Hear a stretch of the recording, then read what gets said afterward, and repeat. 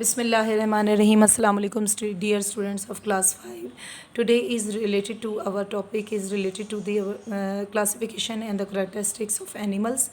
We are discussing about the lecture from your book Science and at page number 4, General Science of class 5 and page number 4.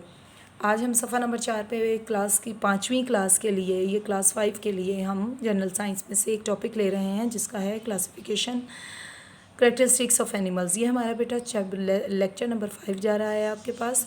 Animals are the classified into the main groups. दो ग्रुपों या ग्रोहों में तकसीम हो जाता है। एक होता है वर्टेब्रेट्स। वर्टेब्रेट्स होते हैं बेटा रीढ़ की हड्डी वाले, रीढ़ की हड्डी वाले जानवर। हम देख लें जैसे रीढ़ की हड्डी वाले जानवर हैं, इसी तरह इनवर्टेब्रेट्स बगैर हड्डी वाले जानवर, यानी कि जिनमें बगैर रीढ़ की हड्डी वाले, रीढ़ की हड्डी, बगैर रीढ़ की हड्डी वाले जानवर। सबसे पहले हम जो पढ़ेंगे टॉपिक वो है बेटा वर्टेब्रेट्स। वर्टेब्रेट्स क्या होते हैं आप डायग्राम में भी देख रहे होंगे, साथ में एक तस्वीरें कुछ बनी हुई वर्टेब्रेट्स की, जिसमें क्रोकोडाइल है, काऊ है और हमारे पास फ़िश है और डक है या बर्ड है कोई। तो हम देखते हैं कि इनमें इन्होंने क्या बताया। वर्टेब्रेट, ये सबसे पहले इसकी डेफिनेशन देखें। Vertebrates are animals, vertebrates are animals which have a backbone. क्या होती है इनमें? रीढ़ की हड्डी होती है। अब हमारे पास ये कुछ जानवर हैं, जैसे ये फ़िश है, काऊ है। उन्होंने इसको दिखाया हुआ है स्केच लेके कि किस तरह इसके अंदर हड्डियों के जोड़ होते हैं और इसमें ये रीढ़ की हड्डी किस तरह होती है। आपने देखा भी होगा मछली के जो कांटे होते हैं उसके साथ दरमियान में एक लंबी हड्डी होती है, उसे हम वर्टेब्रेट कहते हैं। क्यों? क्योंकि उसमें रीढ़ की हड्डी होती है। अब उन्होंने क्या कहा है कि हमारे पास तकरीबन about 40,000 different kinds of the vertebrates, मुख्तलिफ़ किस्म की, यानी 47,000 यानी 40 + 7,000 different kinds of the vertebrate, मुख्तलिफ़ किस्म के जो है हमारे पास वो कौन से जानवर मौजूद हैं जिन पे रीढ़ की हड्डी मौजूद होती है ऑन द अर्थ, ज़मीन पर। Vertebrates are further divided into the 5 classes. 5 हिस्सों में या 5 जमातों में, ये ग्रुप्स में तकसीम किया गया है।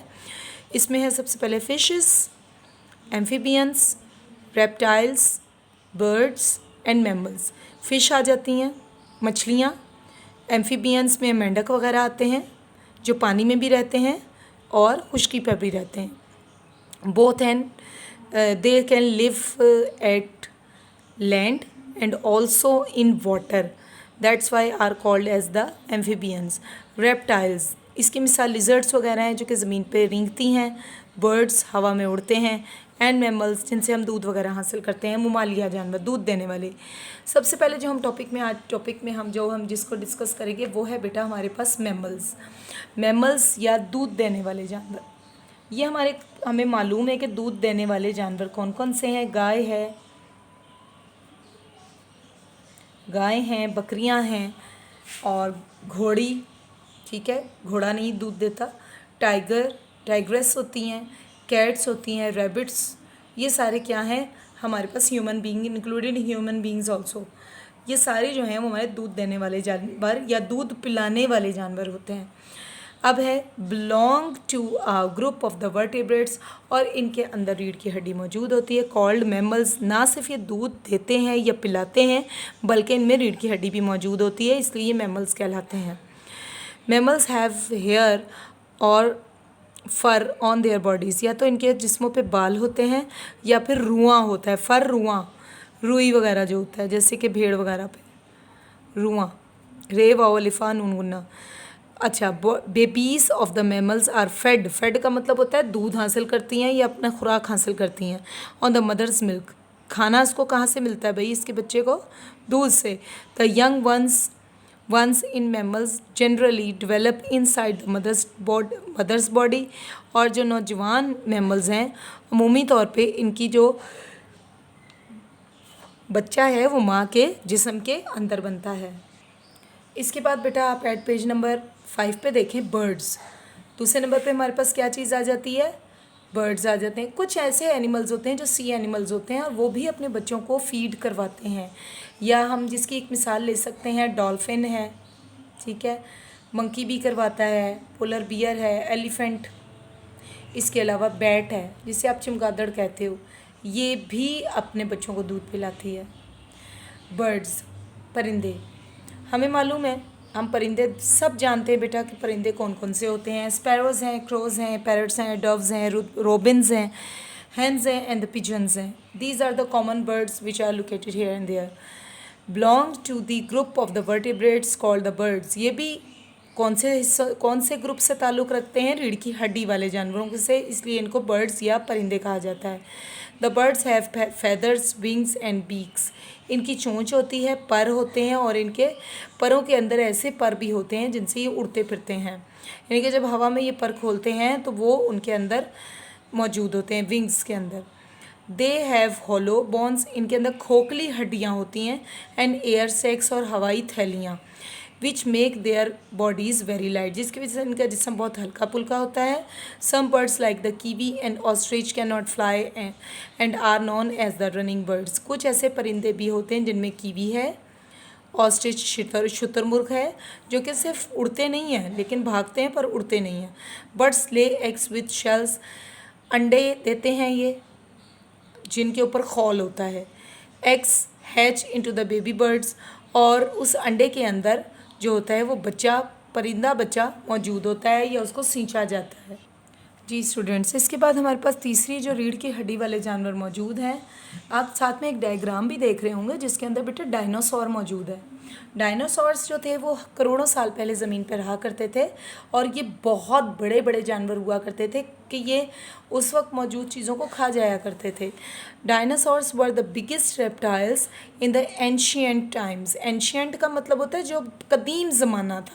They do not exist any more. ये बहुत ज़्यादा लंबे अरसे तक ज़िंदा नहीं रहे, अल्लाह ताला ने इनको ख़त्म कर दिया. रेप्टाइल्स होते हैं रेंगने वाले. इनमें सबसे पहले रेंगने वाला जानवर जो है वो बेटा सांप है, लिजर्ड है. ठीक है, लिजर्ड जो है बेटा वो डायनासोर की नस्ल से सबसे आखिरी जो है वो सबसे स्मॉलेस्ट डायनासोर कह लें कि ये उसकी नस्ल से है या उसकी फैमिली से बिलोंगिंग है लिजर्ड. ठीक है, अब हम बात करते हैं इनमें कौन कौन से जानवर शामिल हैं. नंबर 1 जो हमने देखना है इस बुक के ऊपर एट पेज नंबर 7, रेप्टाइल्स, रेंगने वाले जानवर. जी बेटा, इसमें आ जाती हैं सबसे पहले लिजर्ड्स, छिपकलियाँ, स्नेक सांप, टर्टोइज आपके कछुए, क्रोकोडाइल मगरमच्छ, एलिगेटर भी मगरमच्छ की एक नस्ल होती है. Belongs to the group of the vertebrates called the reptiles. इनका भी ताल्लुक़ जो है उस ख़ानदान से है जिसे हम रीढ़ की हड्डी जानवर कहते हैं और इन्हें हम रेंगने वाले जानवर कहते हैं. इनकी जिल्द कैसी होती है? रेप्टाइल्स हैव ड्राई, खुश्क होती है, थिक होती है, मोटी होती है. पहचान, क्रोकोडाइल की इसकी मिसाल देखें बेटा, इनकी जिल्द बहुत सख्त होती है कि आप हथौड़े भी बरसाएंगे तो उन्हें कोई फ़र्क नहीं पड़ना. इसी तरह आप टोर्टोइस को देखें जिसे आप दूसरे लफ्ज़ों में कछुआ कहते हैं, इसकी भी जिल्द जो है वो बहुत ज़्यादा सख्त होती है. अब उन्होंने क्या कहा है कि हमारे पास इसमें थिक होती है एंड स्केली स्किन, और इसके अलावा इसकी स्केली स्किन होती है and which covers and protects their bodies, जो कि इनकी जिस्मों को हिफाजत करती हैं और कवर करती हैं, ढाँप के रखती हैं. They produce they by laying eggs on land. ये ज़मीन पर अंडे देते हैं, खुश्की में अंडे देते हैं. They legs and they have the thick leathery shells with prevent them from the getting dry. और इनके ऊपर बहुत मोटी खौल होता है, कुदरती छिल्ली चढ़ी होती है, खौल होता है, कवर होता है, जिसकी वजह से खुश्क होने से बचे रहते हैं. Most reptiles have 4 limbs. इनके चुंगल होते हैं, उंगलियों के दरमियान में आप देखेंगे, लिजर्ड को आपने देखा होगा, उंगलियों के दरमियान में झिल्ली सी होती है, उसे लिम्स कहते हैं, चुंगल कहते हैं उर्दू में. But snakes lack of limbs. लेकिन सांप के अंदर सिर्फ वो पेट के बल रेंगता है, उसके अंदर लिम्स नहीं होते. You can see in your diagram. Tortoise को देखें, इसकी जिल्द बहुत सख्त होती है, हार्ड होती है, प्रिवेंट करती है उसको बाहर के हमले से. ये अपना सर अंदर कर लेता है. नंबर 2 स्केली लाइक जिल्द होती है. जब भी चाहते हैं स्किन जो है वो अपनी ऊपर से झिल्ली को उतार लेते हैं और अपनी नई जिल्द ले आते हैं. रेप्टाइल्स में एक और मिसाल है लिजर्ड की, जो डायनासोर के ही ख़ानदान की सबसे आखिरी टीम है. और लिजर्ड भी इसी तरह ले एक्स करती है, ठंडी जगह और खुश्क जगह दोनों जगह पे देती है. क्रोकोडाइल की जिल्द जो होती है बहुत सख्त होती है प्रिवेंट करती है बाहर के हमले से। इसी तरह एलिगेटर जो है ये भी इसी के ख़ानदान से है और इसको भी बहुत ज़्यादा सख्त इसकी जल्द होती है। सो स्टूडेंट्स, आज हमारा यहाँ लेक्चर इसका मुकम्मल हुआ। लिविंग ऑर्गेनिजम्स का, लिविंग थिंग्स का, क्लासिफिकेशन ऑफ लिविंग थिंग्स का एट फ्रॉम क्लास 5 साइंस की बुक है बेटा, एट पेज नंबर 7 तक हमने आज मुकम्मल किया। इंशाल्लाह कल मैं इसके बाकी टॉपिक्स पढ़ाऊँगी वर्टिब्रेट्स के और फिर इनवर्टिब्रेट्स का भी तारुफ करवाऊंगी। सो स्टूडेंट्स, हमारे इस चैनल को सब्सक्राइब करें, ज़्यादा से ज़्यादा अपने दोस्तों से शेयर करें ताकि अच्छे से अच्छे स्टूडेंट्स आपके जो हैं वो इस वीडियो को देखकर लाइक भी कर सकें।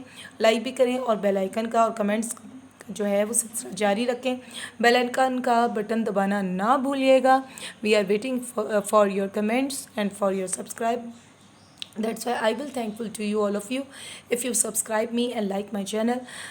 I will serve you. मैं आपकी खिदमत करती रहूँगी इंशाल्लाह ताला। बस बेटे दुआ कीजिएगा कि मैं अपने इस काम में कामयाब रहूँ और अपने कौम और मुल्क की खिदमत करती रहूँ। अल्लाह हाफिज़।